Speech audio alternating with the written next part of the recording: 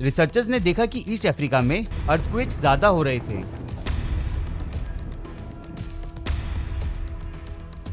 Road के बीच एक giant crack develop हो गया।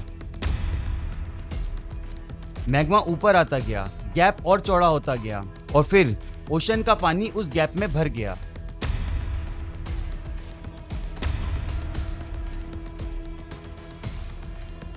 और कॉन्टिनेंट्स का टूटना अर्थ के लिए कोई अनयूजुअल बात नहीं।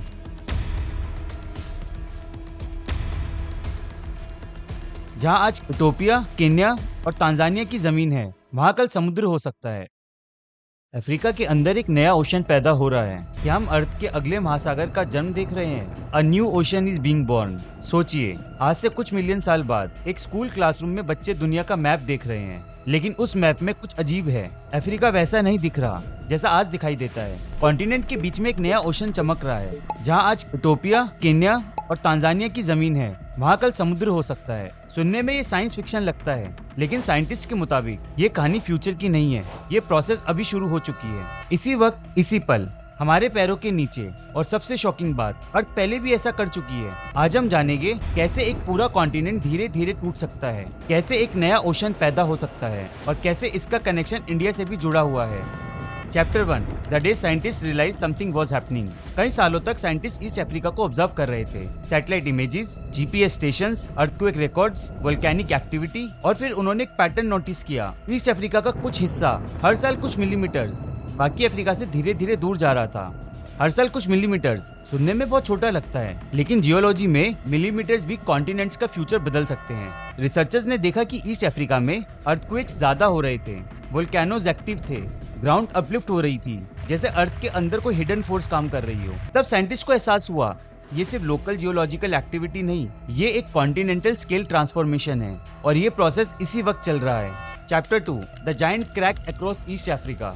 2018 में केन्या की एक रोड अचानक हेडलाइन बन गई। रोड के बीच एक जायंट क्रैक डेवलप हो गया, ग्राउंड फट गया। सोशल मीडिया पर लोग लिखने लगे, अफ्रीका टूट रहा है। रियलिटी थोड़ी ज्यादा कॉम्प्लेक्स थी, लेकिन क्रैक ने एक चीज प्रूव कर दी, ईस्ट अफ्रीका के नीचे जियोलॉजिकल स्ट्रेस रियल है। ये रीजन एक जायंट जियोलॉजिकल फीचर का पार्ट है, जिसे ईस्ट अफ्रीकन रिफ्ट सिस्टम कहते हैं। ये रिफ्ट इथोपिया से लेकर मोजाम्बिक तक हजारों किलोमीटर तक फैला हुआ है। अगर आप जियो लेवल पर इस रूट को देखें, तो ये अफ्रीका के दिल में चलने वाले एक जायंट फ्रैक्चर लाइन जैसा लगता है। और इसी रीजन में वोल्केनोज, रिफ्ट वैलीज, अर्थक्वेक्स लगातार देखने को मिलते हैं। जैसे कॉन्टिनेंट धीरे धीरे स्ट्रेच हो रहा हो, बिल्कुल वैसे ही जैसे एक कपड़े को दोनों तरफ से खींचने पर उसमें दरार पड़ने लगती है। Chapter 3, the hidden forces beneath Africa. अब सवाल है, ये सब हो क्यों रहा है? जवाब छुपा है अर्थ के अंदर, बहुत अंदर। हम जिस जमीन पर खड़े हैं, उसके नीचे मोल्टन रॉक का एक डायनामिक वर्ल्ड है। अर्थ का मेंटल ये कॉन्टिन्यूसली मूव करता रहता है, बिल्कुल उबलते हुए पानी की तरह। साइंटिस्ट मानते हैं कि ईस्ट अफ्रीका के नीचे एक जायंट मेंटल प्लम मौजूद है, एक ऐसा हॉट मटेरियल का कॉलम जो नीचे से क्रस्ट को पुश कर रहा है। जैसे प्रेशर कुकर के अंदर प्रेशर बिल्ड होता है, वैसे ही अर्थ के अंदर एनर्जी बिल्ड होती है। और जब प्रेशर रिलीज होता है तो वोल्केनोज बनते हैं, अर्थक्वेक्स आते हैं, कॉन्टिनेंट स्ट्रेच होता है। अफ्रीका के नीचे भी कुछ ऐसा ही हो रहा है और ये प्रोसेस इसी वक्त से चल रहा है। Chapter 4, how continents actually move.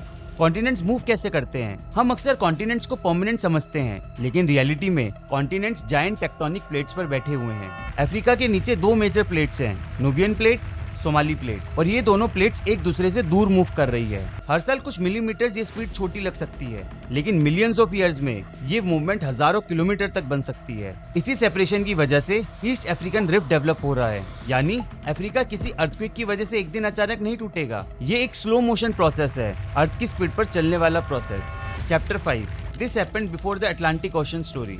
यहाँ कहानी और फैसिनेटिंग हो जाती है, क्योंकि अर्थ पहले भी ये कर चुकी है। लगभग 200 मिलियन साल पहले अफ्रीका और साउथ अमेरिका एक साथ जुड़े हुए थे। आज के अटलांटिक ओशन की जगह सिर्फ जमीन थी। फिर टेक्टोनिक फोर्सेस एक्टिव हुए, एक क्रैक बना, क्रैक बड़ा होता गया, मैग्मा ऊपर आता गया, गैप और चौड़ा होता गया और फिर ओशन का पानी उस गैप में भर गया।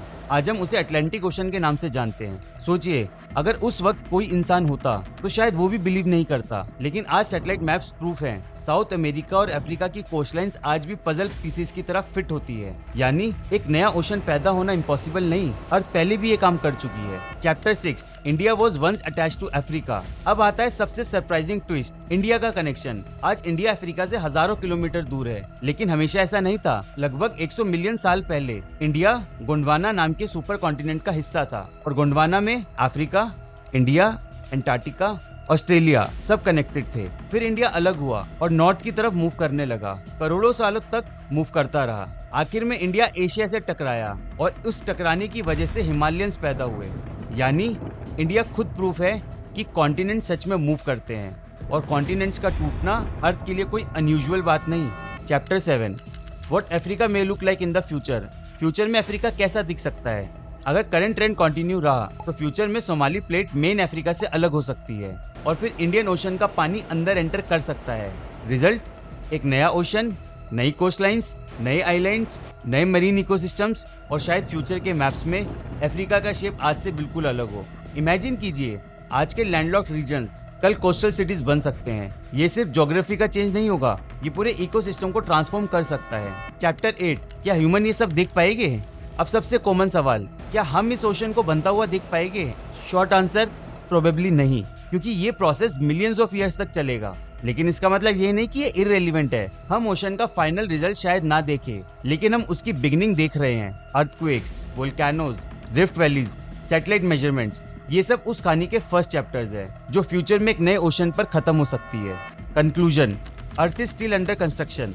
हम मैप्स को परमानेंट समझते हैं, कॉन्टिनेंट्स को परमानेंट समझते हैं, लेकिन अर्थ के नजरिए से कुछ भी परमानेंट नहीं। माउंटेन्स टेम्परेरी है, ओशन टेम्परेरी है, और कॉन्टिनेंट्स भी टेम्परेरी है। इसी वक्त अफ्रीका के नीचे टेक्टोनिक प्लेट्स मूव कर रही है, क्रस्ट स्ट्रेच हो रहा है, और एक नया चैप्टर लिखा जा रहा है। एक ऐसा चैप्टर जो शायद फ्यूचर में एक नए ओशन के रूप में नजर आए। और शायद अर्थ हमें एक बात याद दिला रही है कि हम दुनिया को बदलते हुए देखते हैं, लेकिन कभी कभी दुनिया खुद को हमसे कहीं ज्यादा बड़े स्केल पर बदल रही होती है।